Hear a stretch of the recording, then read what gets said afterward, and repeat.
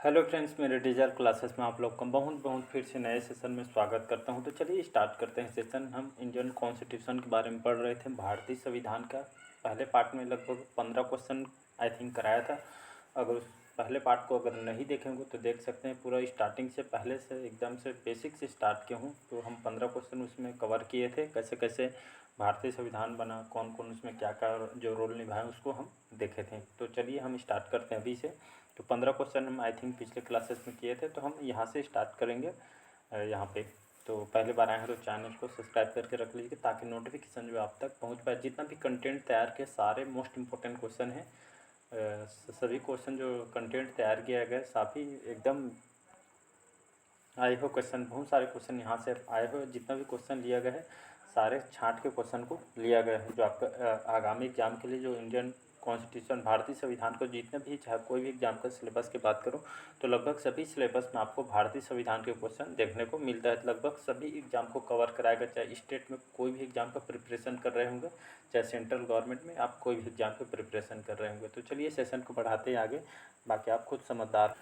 तो क्वेश्चन है हमारा, भारत सरकार जो अधिनियम है 1935, तो भारत सरकार जो अधिनियम 1935 को किसने बंधन का नया चार्ट बताया था? तो इसको नया चार्ट, बंधन का जो चार्टर बताया था, महात्मा गांधी, पी अम्बेडकर, राजेंद्र प्रसाद, पंडित जवाहरलाल नेहरू। तो इसका जो करेक्ट आंसर हो जाएगा पंडित जवाहरलाल नेहरू करेक्ट आंसर हो जाएगा। तो भारत सरकार जो अधिनियम है 1935 को, तो जवाहरलाल नेहरू ने इनको दास्ता का चार्टर, इस अधिनियम ने भारत में ब्रिटिश शासन को सुरक्षित रखने और बनाए रखने की इसमें मांग की गई थी। इसको द्वैध शासन को समाप्त कर दिया और फिर केंद्र में द्वैध शासन की शुरुआत इसके द्वारा की गई थी। तो 1935 को इस बंधन का चार्टर इसको बताया था पंडित जवाहरलाल नेहरू ने। और भारत सरकार जो अधिनियम को, और इसको और किस नाम से जाना जाता है, तो जवाहरलाल नेहरू ने भारत सरकार जो अधिनियम 1935 को गुलामी का चार्टर भी इनके द्वारा कहा भी गया था। तो इसको याद रखिएगा। इसका जो डी ऑप्शन करेक्ट आंसर हो जाएगा। अगला क्वेश्चन देखते हैं, भारतीय लोकतंत्र के आदर्श हमें संविधान से कहाँ मिलती है? तो प्रस्तावना, भाग 3, भाग 4 और भाग 1 में। तो भारतीय लोकतंत्र के जो आदर्श हमें संविधान में कहाँ से मिलते हैं? तो ये हमें कहाँ से मिलते हैं? तो ये आपके प्रस्तावना से मिलते हैं, याद रखिए। तो प्रस्तावना से हमें मिलते हैं।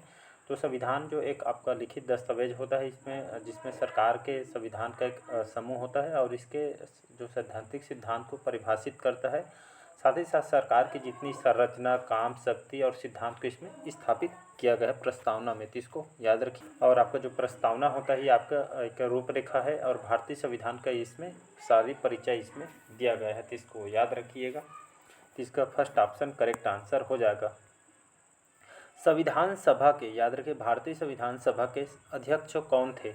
B R Ambedkar, doctor Rajendra Prasad, Jawaharlal Nehru, Vallabhbhai Patel. तो इसका जो करेक्ट आंसर हो जाएगा, ये 4 ऑप्शन दिए, इसमें करेक्ट आंसर देना है। तो संविधान सभा के जो अध्यक्ष किसको बनाया? तो इसका जो करेक्ट आंसर हो जाएगा आपका डॉक्टर राजेंद्र प्रसाद। बहुत बार एग्जाम में क्वेश्चन पूछा है, तो याद रखिए संविधान सभा के अध्यक्ष किसको बनाया था? तो डॉक्टर राजेंद्र प्रसाद को बनाया गया था। 9 दिसंबर को जो पहली बैठक में संविधान सभा में कब हुआ था बैठक सबसे पहली? तो 9 दिसंबर, डेट को याद रखिए। 9 दिसंबर को जो पहली बैठक में संविधान सभा में आपने जो कार्यकारी अध्यक्ष किसको चुना गया था? ये आपके राजेंद्र प्रसाद को चुना गया था और इनको एक कार्यकारी अध्यक्ष इनको चुना गया था। और उसके 2 दिन बाद, जस्ट 2 दिन बाद आपका 11 दिसंबर, तो 2 दिन बाद 11 दिसंबर 1946, तो 11 दिसंबर 1946 को डॉक्टर राजेंद्र प्रसाद को सभा का, इसका जो सभा का इनको स्थायी अध्यक्ष इनको बनाया गया था। तो ये एग्जाम में बहुत बार क्वेश्चन पूछा गया है, तो इसको याद रखिए। 11 दिसंबर 1946 को डॉक्टर राजेंद्र प्रसाद को सभा का स्थायी अध्यक्ष इनको बनाया गया था। बहुत बार रिपीट किया गया है, तो इसको याद रखिएगा। अगला क्वेश्चन देखते हैं, निम्नलिखित कौन सी भारतीय संविधान की विशेषता नहीं है या भारतीय संविधान के अंतर्गत नहीं आती है या उसकी विशेषता नहीं है? तो सरकार का संसदीय स्वरूप, न्यायपालिका की स्वतंत्रता, सरकार का राष्ट्रपति स्वरूप या आपका संघीय सरकार। तो इनमें से जो करेक्ट आंसर हो जाएगा, तो भारतीय संविधान के विशेषता के अंतर्गत आपको जो संघीय जो सरकार है, संघीय सरकार जो भारतीय संविधान की विशेषता के अंतर्गत नहीं आती। सरकार का संसदीय स्वरूप, न्यायपालिका की स्वतंत्रता, सरकार का राष्ट्रपति स्वरूप, ये सभी आपके भारतीय संविधान के अंतर्गत की विशेषता है। बाकी ये डी ऑप्शन इसका करेक्ट आंसर हो जाएगा, मतलब नहीं है।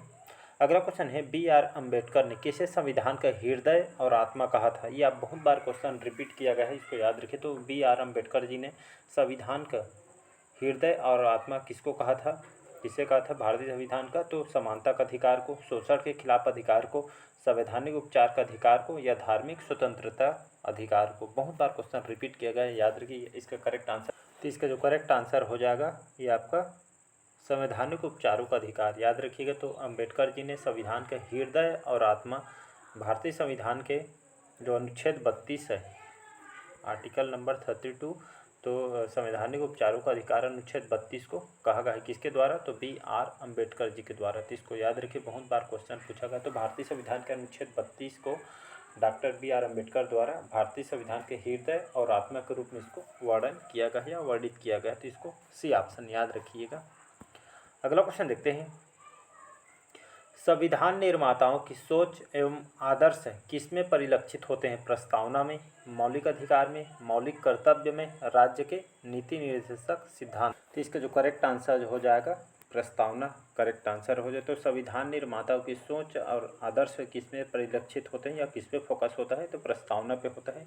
इसमें प्रस्तावना में 4 शब्द दिए गए, जैसे आपका न्याय, स्वतंत्रता, समानता और बंधुत्व। ये जो प्रस्तावना में ही निहित ये आपके 4 मुख्य आदर्श वाक्य हैं प्रस्तावना के। इसको याद रखिए, बार बार क्वेश्चन एग्जाम में पूछता है। न्याय, स्वतंत्रता, समानता और बंधुत्व जो आपके प्रस्तावना में निहित 4 मुख्य इसमें आदर्श वाक्य हैं। अगला क्वेश्चन देखते हैं, निरंकुशता का अर्थ क्या है। राजा द्वारा शासन, एक द्वारा पूर्ण शासन, या लोगों के प्रतिनिधियों के द्वारा शासन, या कुछ द्वारा शासन। तो यहाँ पे निरंकुशता का अर्थ अगर मैं आसान भाषा में बताऊँ तो मतलब निरंकुशता का जो मतलब हो जाएगा, इंसान किसी जो तंत्र के द्वारा जिस पर किसी का कोई नियंत्रण ना हो उसको हम निरंकुशता कहेंगे। तो ये आपका यहाँ पे जो B ऑप्शन या एक द्वारा पूर्ण शासन यहाँ पे हो जाएगा निरंकुशता का अर्थ। इसको B ऑप्शन याद रखिएगा। ये जो शब्द है आपके सरकार, मतलब ये सरकार के इस शब्द को इसके लिए प्रयोग किया गया है, तो इसको याद रखिए। भारतीय संविधान के अनुच्छेद 14 में प्रयुक्त वाक्यांश कानून के समक्ष समानता या आपके किससे उधार लिया गया है, तो अमेरिका से, ब्रिटेन से, कनाडा से, या आपके जर्मनी। तो ये किससे ली गई है, तो मोस्ट इंपॉर्टेंट है, याद रखिए। तो भारतीय संविधान जो अनुच्छेद 14 में प्रयुक्त जो वाक्य है कानून के समक्ष समानता, ये आपके किससे उधार लिया गया है या कौन से देश से लिया गया है, तो ये आपका अमेरिका के द्वारा लिया गया है, याद रखिए। तो अमेरिका के द्वारा इसको लिया गया है अनुच्छेद 14। इसके अनुसार राज्य के लिए यहाँ पे दायित्व तो बताया गया है कि आपके कानून के समक्ष किसी भी व्यक्ति की समानता और भारत के जो क्षेत्र रहने वाले क्षेत्र के भीतर कानूनों के जो समान संरक्षण से इनकार नहीं करेंगे। और यहाँ पे कानून के समक्ष समानता की इसमें अवधारणा के बारे में इसमें बताई गई है। तो आपके कानून के समान जो संरक्षण की अवधारणा अमेरिका के संविधान से लिया गया है, अनुच्छेद 14 याद रखिएगा। भारत में एकल नागरिकता की अवधारणा को कहाँ से अपनाया गया है, तो कहाँ से कौन से देश से लिया गया है एकल नागरिकता, अमेरिका, कनाडा, फ्रांस या ब्रिटेन। तो भारत में एकल नागरिकता की जो अवधारणा कहाँ से अपनाया गया है, तो आपके इंग्लैंड से। इंग्लैंड मतलब आपका ब्रिटेन से, इंग्लैंड। इसका जो करेक्ट आंसर हो जाएगा ब्रिटेन, याद रखिएगा। तो ऑप्शन में आपको ब्रिटेन रहेगा, तो ब्रिटेन लेना है, याद रखिए। भारत में एकल नागरिकता की अवधारणा आपके कहाँ से लिया गया है, तो आपके ब्रिटेन से लिया गया है। ये भारत में एकल नागरिकता की अवधारणा ब्रिटिश संविधान से इसको लिया गया है।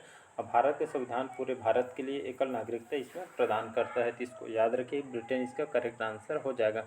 विभाजन के बाद भारत की संविधान सभा में कितने सदस्य थे, 292, 93, 385 या 299। तो इसका जो करेक्ट आंसर हो जाएगा 299 करेक्ट आंसर हो जाएगा भाई।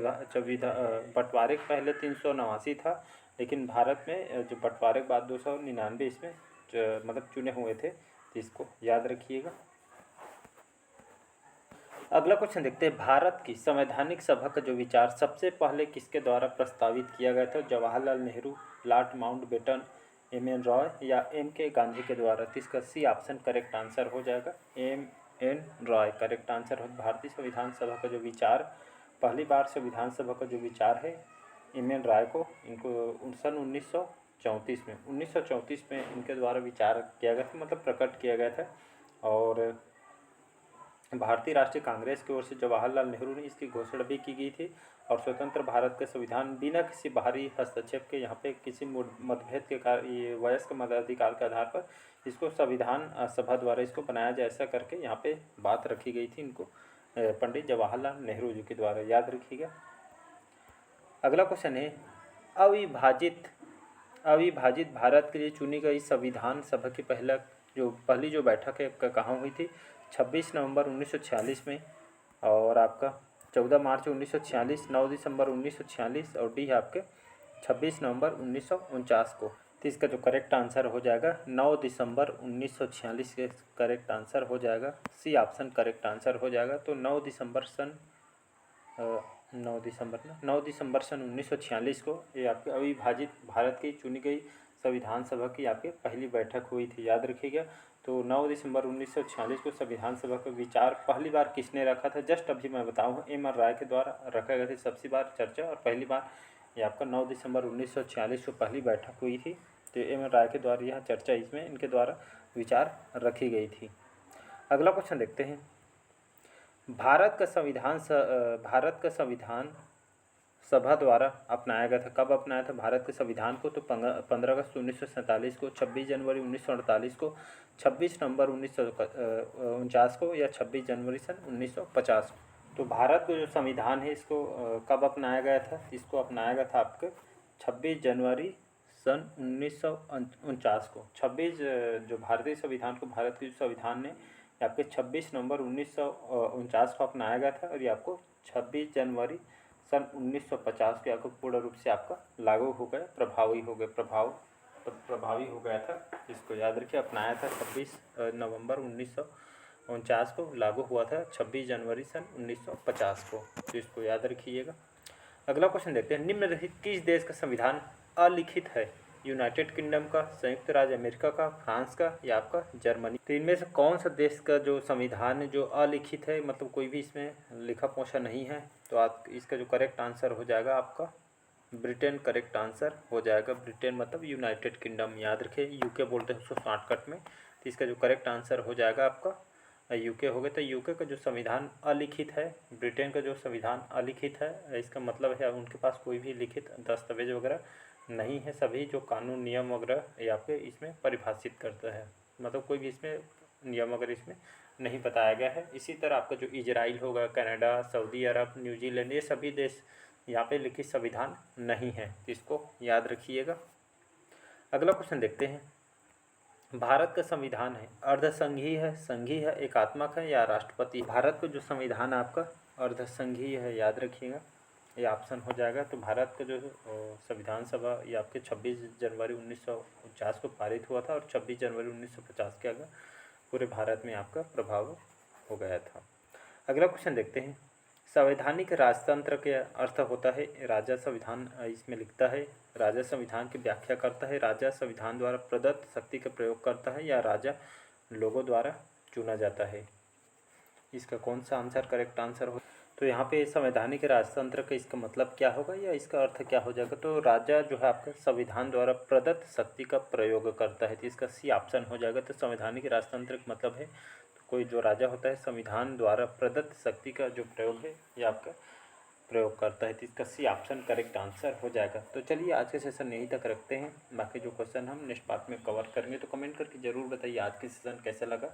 पहले बार आएँ तो चैनल को सब्सक्राइब करके रख लीजिएगा ताकि जो नोटिफिकेशन है आप तक पहुंच पाए, और ज़्यादा से ज़्यादा हो सके शेयर भी कीजिए ताकि दूसरों का भी इसमें प्रॉफिट हो सके, लाभ हो सके। तो चलिए मिलते हैं अगले पार्ट में। आप मॉडर्न हिस्ट्री पढ़ना चाहते हैं तो पूरा बेसिक से पढ़ा रहा हूँ, स्टार्ट 5 या 6 पार्ट कंप्लीट हो चुकी है, तो आप मॉडर्न हिस्ट्री भी पढ़ सकते हैं। पूरा सारे क्वेश्चन लूसेंट से क्वेश्चन को तैयार किया गया है।